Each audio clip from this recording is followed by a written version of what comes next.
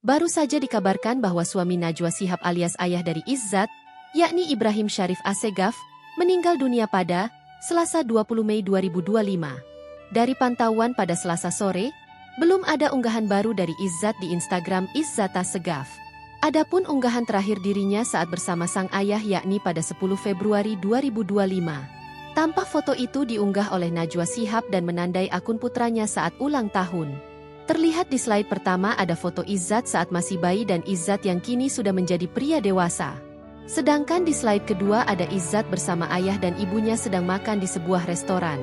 Sementara itu, kondisi Izzat terlihat dari unggahan Instagram Ketua Dewan Pembina dan Penasehat Yayasan Putri Indonesia, Putri Kus Wisnuwardani sempat mengunggah momen bertakziah ke rumah duka.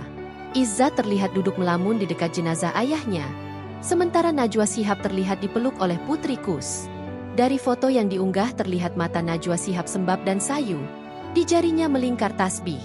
Informasi sebelumnya, Ibrahim Syarif bin Hussein Ibrahim Assegaf dikabarkan meninggal dunia pada Selasa 20 Mei 2025 pukul 14.29 waktu Indonesia Barat.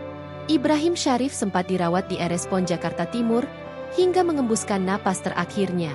Kabar ini dikonfirmasi oleh media narasi yang didirikan oleh Najwa Shihab.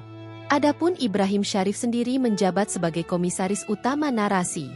Download Tribun X sekarang, menghadirkan lokal menjadi Indonesia.